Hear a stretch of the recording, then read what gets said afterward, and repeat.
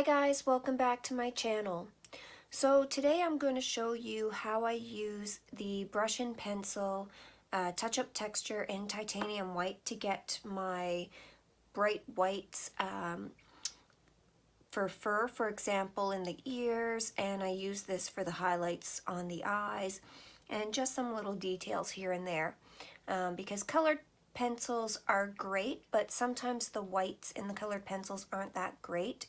The best ones I've found so far are the Derwent Drawing Chinese White. That seems to be the most opaque one. And that's the one that I used here. I don't know if you can see a light layer of white to indicate some fur in the ear. So this compared to this, it's a lot brighter over here. And you can still glaze over with some color, so it's not just a bright, harsh white. But I'm going to show you how I did this today. I've got the products here. So in a previous video, I showed you how I blended out the fur up here, so I get to keep a lot of details. I will link a card up here if you want to go watch that video. These two products here are for brush and pencil. They are the only archival products that you can put on top of colored pencils. Now, if you're not selling your art, or you don't care if it lasts long term, go ahead, use a gel pen, use gouache, use a Posca pen, whatever you need to get your white furs. You mix this with this, and you want it to be a fairly, not too runny, but not too thick. Otherwise, you're not going to get the good fur strokes that you want. So I'll show you exactly how I do this in real time. So the first thing about this is, you'll notice when I flip it over, there's this white stuff on the bottom of it. Can you see that there? So you can see that white stuff on the bottom. You need to shake this up until that's gone.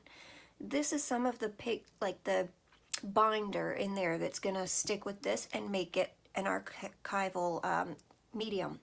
So we need to shake this up, and I say give it a good, 2 minutes of shaking until this is all incorporated in. So I'm gonna go ahead and shake this right now, and I'll come back and show you when it's all incorporated.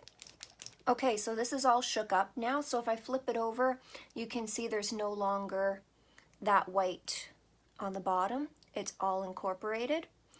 So that's what you want, because this is the, you want it to be all shook up in there. So I have a little piece of, I think this is glassine here. You can either use a little piece of parchment paper. If you have, a little ceramic dish, I use this for my gouache. My black gouache and my white gouache.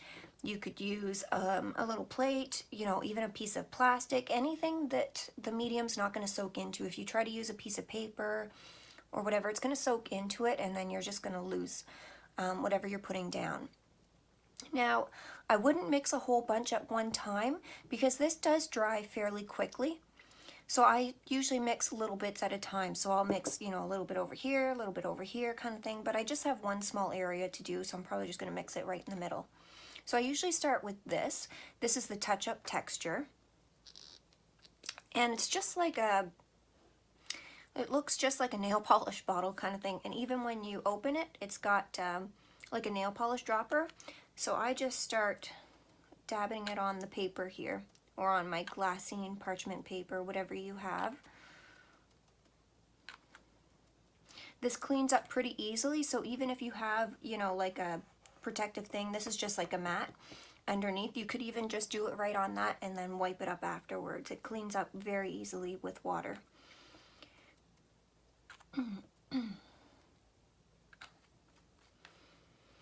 There, so I'm going to get a good amount of that down.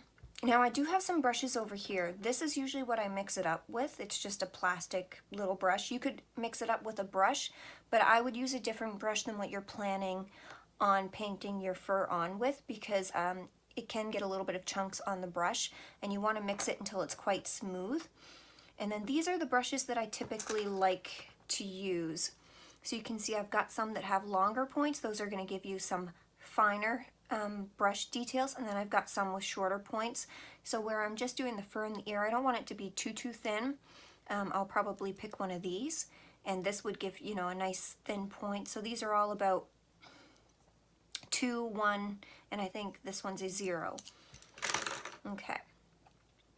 So this is our colored pencil titanium white, and this product is also from Brush and Pencil. The creator is Aliona Nicholson, and this is archival as well. And it's like a powder. If you've ever used like powdered blush or powdered eye makeup, it's kind of just like that.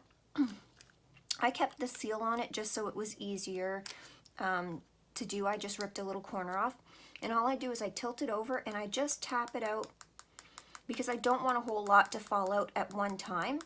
So I just tap it out until I think I've got, you know, about what I'm gonna do. And you're sort of looking for a tiny bit more of this to this because you want it to be a little bit more runny than thick. If you're putting it on too thick, then it's not gonna really give you the first strokes that you're looking for. But if you're also putting it on too runny, it's not gonna be as opaque as you want it. If you just want, you know, little fur strokes that are about like that, then I would use more of this. But if you want it to be, you know, a lot more opaque than you would get with your colored pencils, then that's where I would choose, you know, to put a little bit more. So it's still a little bit runny. I'm just gonna add just a touch more of this. And again, I'm just tapping a little bit on at a time because you can always add more, but it's hard to take away. And I just mix this until it's, all the chunks are gone, until it's pretty runny. And I try to pile it into one area because it will last longer that way. So out here where it's more, it's not as piled together, it's not as liquidy, this is going to dry fairly quickly. So that's why I mix a little bit at a time. So we'll go in, this is my Princeton Neptune Zero Round brush. And I've also just got a piece of glassine here. So this is archival paper.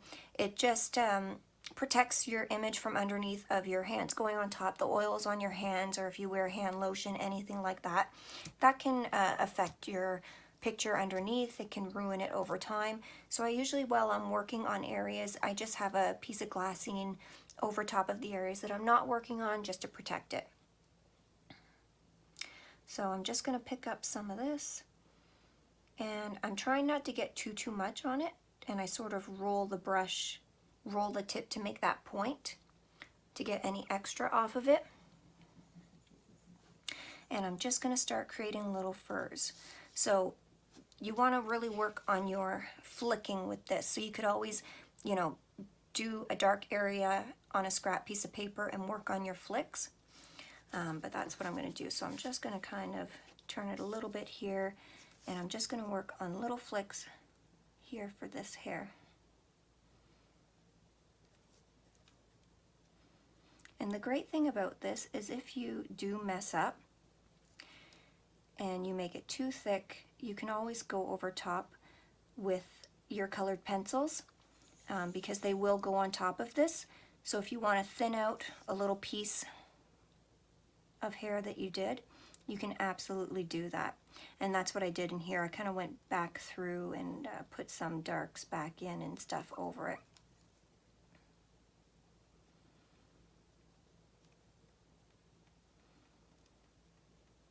Okay.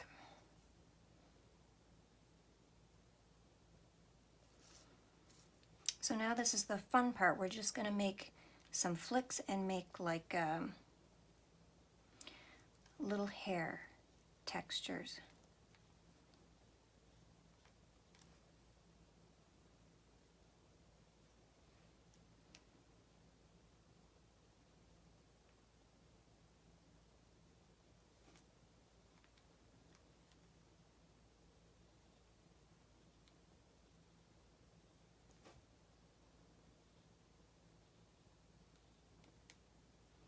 And I'm just following my reference photo.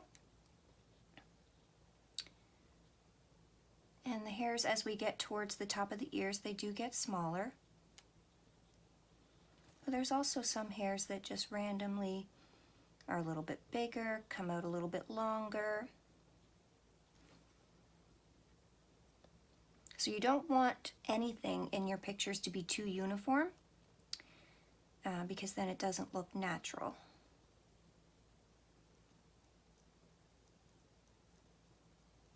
I mean, of course, there are some things that are uniform in nature.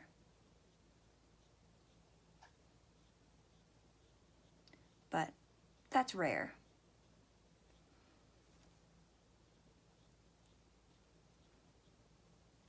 And I'm just watching, you know, where they kind of clump, because there's a couple areas where it's a little thicker than others.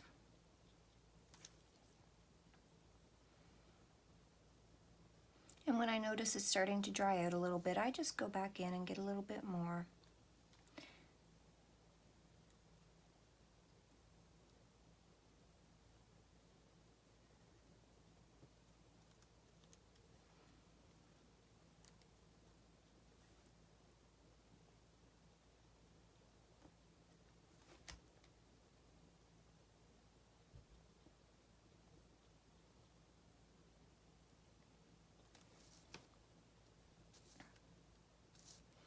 So there, I hope you guys can, you know, see that and see the difference from before till now. And what I'll do is, because some of this hair in the ear isn't bright white like that, there's some grays in there, there's a little bit of pink, so what I'll do is I'll take my colored pencils and I'll glaze over this, but you really want this to dry. If you don't let this dry, it'll just chip off, flake off when you start to go over with your colored pencils. If you need something to be bright white, then just leave it like this, but it needs a good, I would say a good 20 minutes, 30 minutes to let it dry, let it set, and then you can glaze over it with no issues usually. I just do a light hand. Don't go in trying to burnish over top of this, because you will just scratch it off. It's not going to ruin it. You can put this back over top of it, because this also adds some texture on top. So let's say you did burnish an area and then you need it to be white on top. You could put this over it and it adds texture into the white too, so that's how you can still glaze on top of it. So these are amazing products for colored pencil artists, because not only is it now easy to get those bright whites on top of things, but you can also add colors over top of it. It's archival. I mean, why not, right? If we have it available, why not use this to us? So I will try to put a link down below. I'm from Canada, so I got mine from Delta Art Online, I do believe.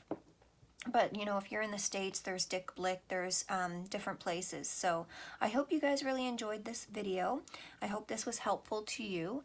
And please let me know down in the comments below if you use this product or if you're going to start using it. Yeah, I would really love to know. So thanks for watching, and I will see you in the next video.